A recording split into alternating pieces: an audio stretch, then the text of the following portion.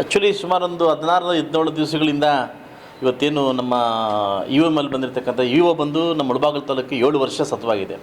ವಿಶ್ವ ದಾಖಲೆಯನ್ನು ಮುರಿದಿದ್ದಾರೆ. ಒಬ್ಬ ಅಧಿಕಾರಿ 7 ವರ್ಷಗಳ ಕಾಲ ಒಂದು ತಾಲೂಕಲ್ಲಿ ಉರುಕೊಂಡು ಇವತ್ತು ಇಡೀ ನಮ್ಮ ಏನು ನಮ್ಮ ಪಿ ಡಿ ಒಗಳಿದ್ದಾರೆ, ಇವತ್ತು ಒಳ್ಳೆ ಹೆಸರು ಮಾಡ್ತಕ್ಕಂಥ ಪಿ ಡಿ ಒಗಳ ಮೇಲೆ ಹಾಕಿರ್ತಕ್ಕಂಥ ಆರೋಪವನ್ನು ಇವತ್ತು ಏನಿದೆ ಸಾಮೂಹಿಕವಾಗಿ ಇವ್ರ ಜೀವನಕ್ಕೆ ಎಫೆಕ್ಟ್ ಆದಂಬಿಟ್ಟು ಎಲ್ಲ ಸಾಮೂಹಿಕವಾಗಿ ರಾಜೀನಾಮೆ ಕೊಡಲಿಕ್ಕೆ ಬಂದಿದ್ದಾರೆ.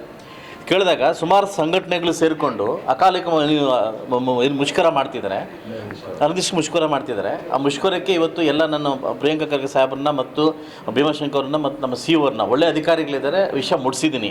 ಈಗಾಗಲೇ ಅವರೇನಾದರೂ 24 ಗಂಟೆ ಒಳಗೆ ಸಾಯಂಕಾಲ ಒಳಗಡೆ ಇವ ತೊಲಗದೇ ಇದ್ದರೆ ನಾಳೆ ಒಂದು ಇಡೀ ನಮ್ಮ ಜಿಲ್ಲೆಯಾದ ಎಲ್ಲ ಪಿ ಡಿ ಒಗಳು ಬಂದು ನಾವು ಧರಣಿ ಕಿತ್ಕೊಳ್ತೀವಿ, ಆಗ ಎಮ್ ಎಲ್ ಎ ಕೂಡ ಬಂದು ಧರಣಿ ಕಿತ್ಕೊಳ್ತೀವಿ ಅಂತ ಹೇಳಿದ್ವಿ.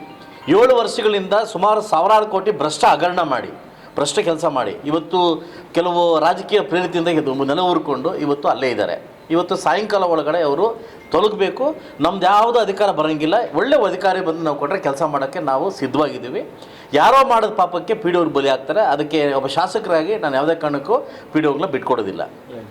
ರಾಜಧಾನಿ ಕೊಡುವಂಥ ಪರಿಸ್ಥಿತಿ ಇವತ್ತು ಏನಂತಂದರೆ ಇವತ್ತು ಪಿ ಡಿ ಒಗಳಂತಂದ್ರೆ ಯಾರೋ ಮಾಡಿದ ತಪ್ಪಿಗೆ ಇವ್ರ ಮೇಲೆ ಎನ್ಕ್ವೈರಿಗಳು ಹಾಕೋದು ಅದಲ್ವಾ. ಇವಾಗ ಇಡೀ ಕ್ಲಿಯರ್ ಕಟ್ಟಾಗಿ ಎಲ್ಲ ಸಂಘಟನೆಗಳು ಅಲ್ಲಿ ಧರಣಿ ಕೂತ್ಕೊಂಡಿದ್ದಾರೆ ಇವತ್ತು ತೊಲಗಬೇಕಂತ. ಆದರೆ ಅವ್ರು ಮಾಡಿರ್ತಕ್ಕಂಥ ತಪ್ಪನ್ನು ತಂದು ಪಿ ಡಿ ಒಗಳ ಮೇಲೆ ಹಾಕಿ ಇವ್ರ ಹೆಂಡತಿ ಮಕ್ಕಳಿಗೆ ಇವತ್ತು ಬೀದಿ ಬರ್ತಕ್ಕಂಥ ಮಾಡಿದ್ದಾರೆ.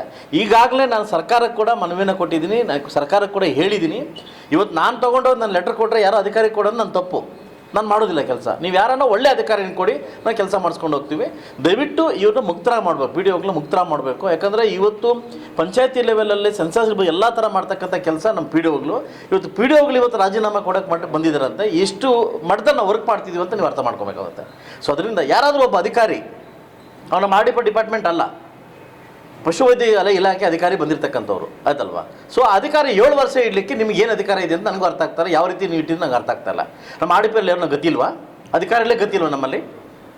ಸೊ ಅದರಿಂದ ಈ ಕೂಡಲೇ ಏನಾದರೂ ಇದಕ್ಕೆ ಯಾಕಂದರೆ ಸಂಘಟನೆಗಳೆಲ್ಲ ಕೂತ್ಕೊಂಡು ನನಗೆ ಧರಣಿ ಮಾಡೋದು, ಮನ ಹತ್ರ ಅಲ್ಲಿಗೆ ಹೊಡೆಯೋದು. ಇವತ್ತು ನಾನೇನು ಪಾಪ ಮಾಡಿದಂಗೆ ಕೆಲಸ ಮಾಡ್ತಾರೆ, ನನ್ನ ಕಾರಿಗೆ ಗೆರವ ಮಾಡೋದು, ನಂಗೆ ದಿಕ್ಕಾರಕ್ಕೆ ಮಾಡ್ತಾಯಿದ್ರು. ಯಾರೋ ಮಾಡೋದು ತಪ್ಪಿಗೆ ನಾನು ಯಾಕೆ ಬಲಿ ಆಗಬೇಕು? ಅದರಿಂದ ಯಾಕೆ ನಾನು ಹೇಳ್ತಾ ಇದ್ದೀನಿ, ನನಗೆ ಯಾವುದೇ ಕಾರಣಕ್ಕೂ ನನ್ನ ಮುಳಬಾಗಿಲು ತಾಲೂಕಿಗೆ ಭ್ರಷ್ಟ ಅಧಿಕಾರಿಗಳು ಬೇಡ. ಇವರೊಬ್ಬರೇ ಅಲ್ಲ, ಯಾರೇ ಬಂದರೂ ಕೂಡ ಇನ್ನು ಮುಂದೆ ಇದೇ ಶಾಸ್ತಿ ಆಗುತ್ತೆ.